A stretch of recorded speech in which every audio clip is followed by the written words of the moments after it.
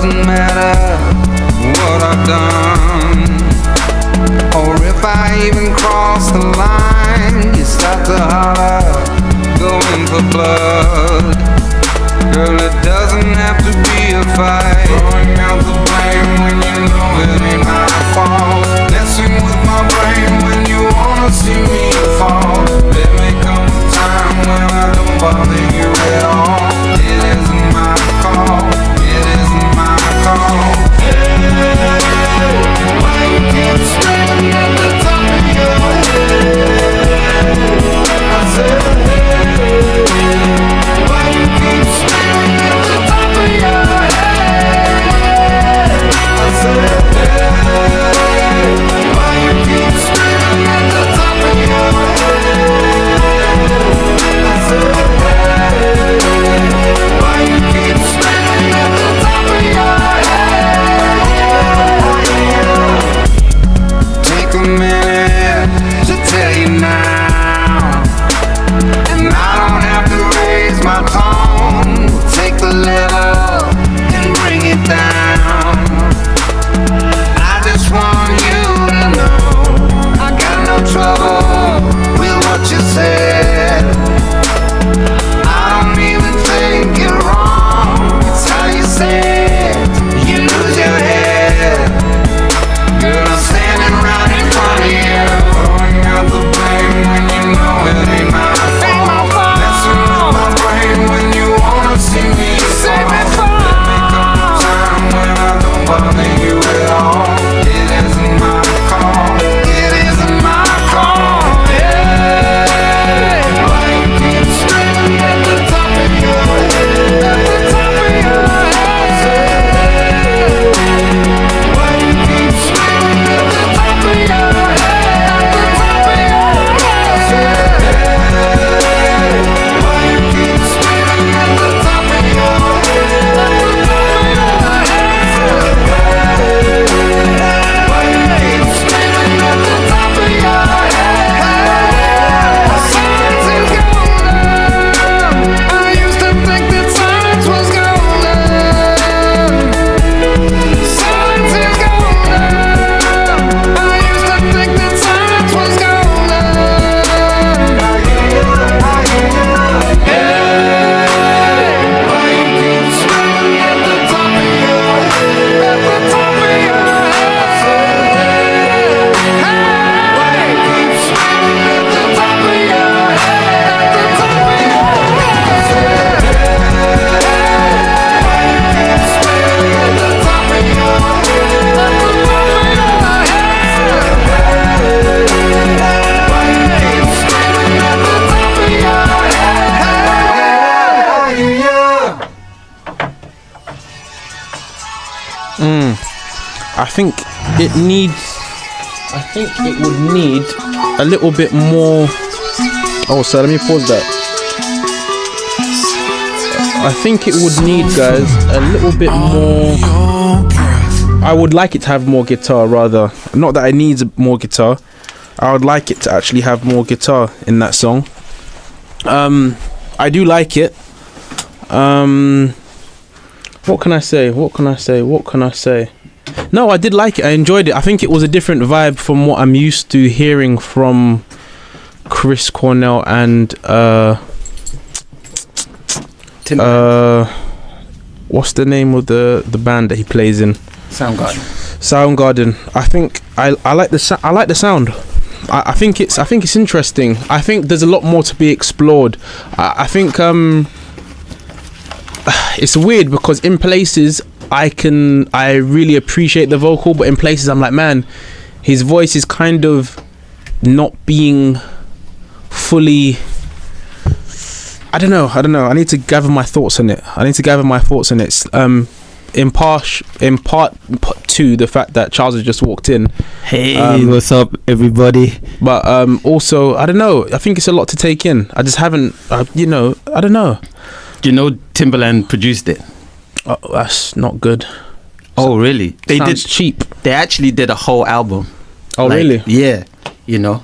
Wow. That's the weirdest thing about that. Well, it's not weird, but you know, that's Chris Cornell expanding out of the whole grunge rock sort of scene, and then now he's collaborating with the story is that initially them two, it was a thing where they were just gonna do like one song or something like that, or do a remix album. Yep. And then Timbaland, I guess they kind of just thought, you know what? Oh, forget this remix album. You know, let's just do a whole new album of originals. Right. And that's how it came about. And just do that album, and that's that's how it came out, man. You know what I mean? No, when was that song made? I think like around 2008, 2009. Yeah, you can hear it. It sounds dated, but I'm more interested in.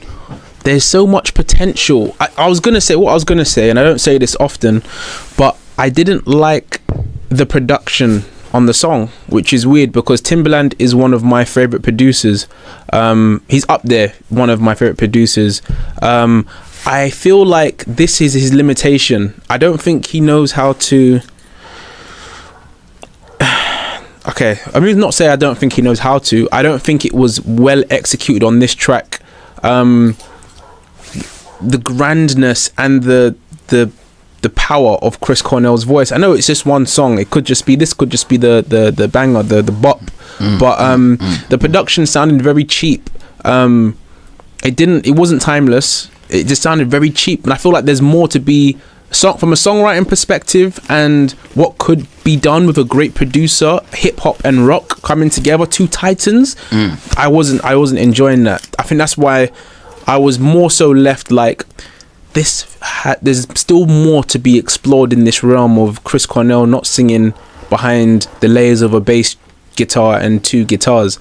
Like, there's more to be explored here, which has intrigued me. But to find out that Timbaland was actually a part of this, a titan in his field, and this is all that came about. What? Very not cool. I hear you. You know what? I think what you said, like, okay, like there was another track that I was thinking of dropping out of the album, right? That they had a video to, and I was like, oh, but you know what? This one has a catchier chorus. Oh, the chorus was good. The hook. That's what I'm saying. From a songwriting perspective, I really enjoyed Chris Cornell, and there was little moments, maybe more towards the latter of the song, where Chris Cornell let out a couple belters, you know, and I was like, yeah, man, yeah, that's what we need. But I feel like not Pharrell, Timbaland potentially might have underproduced him on this track, like maybe directed him in a way that was more congruent with hip hop and what he's more used to. But when in actuality, when Chris started really belting at the end and just ad-libbing over the chorus, I was like, yeah, there's power coming, more like channel that. So for me, I feel like Timbaland probably dropped the ball a little bit. I'm not going to say he didn't do his due diligence, because he is a titan in his field and he deserves all the respect that he garners.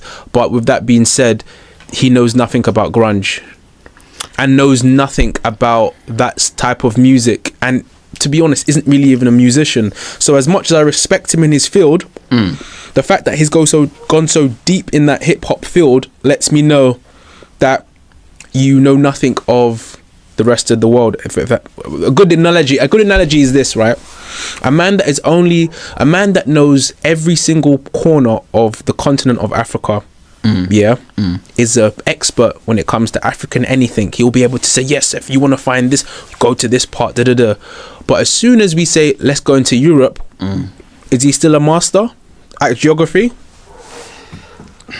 No, he's not. Right. So as much as we respect Timbaland in his hip hop, and for me, he didn't produce this well. Okay. So okay, and that's without you bringing any context to this. This is me just hearing the song and thinking, this could have been a banger. This could have been a banger, even if they did put some guitar in it, which I'm sure they were hesitant to do because they're probably fighting the whole, were trying to push Chris into a more youthful hip hop. You know, the hip hop thing was beginning to explode. Let's push him, and it sounded a bit not EDM-y, but it sounded very electronic. That was the sounds of the time as well. So I'll tell you an interesting story. Go on. Around that time, I think it was like maybe around like 2010. I was playing with this band, and it was a Pizza Express gig, right? And the band I was playing for was supporting another group that had just won some one of these TV reality music things, right? You know, something similar to X Factor or something like that, right? Yeah. So they were the winners. Yeah. So they did that whole set, right?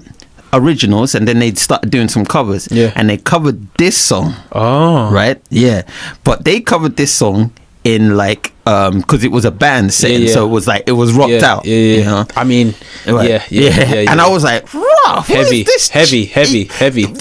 It had the guitars in it and everything like that, and I was like, what is this? This song. Tune? What is?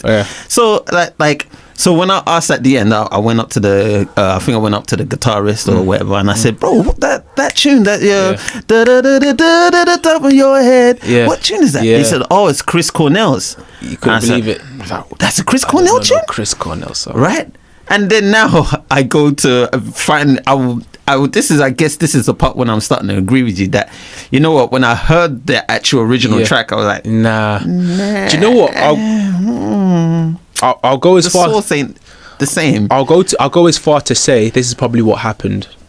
I reckon this is not fact, but this is what I reckon. I reckon Chris wrote this song and was like, showed Timbaland the song, played the acoustic guitar, played the chord progression, and said, "I've got this song at the top of your head." And Timbaland was like, "Okay, yo, bet," and put drums to it, right. which is what a lot of beat makers do. They'll hear something, and that's really the cloth Timbaland came from, sampling. Okay, I like what you did there, I'm gonna sample it and put drums on it and just make it knock, right? You know, right. And it's like you've just destroyed because when I listened to that, I was like, you said, you took it right out of my mouth. I was like, if they put guitars in this song would have went hard.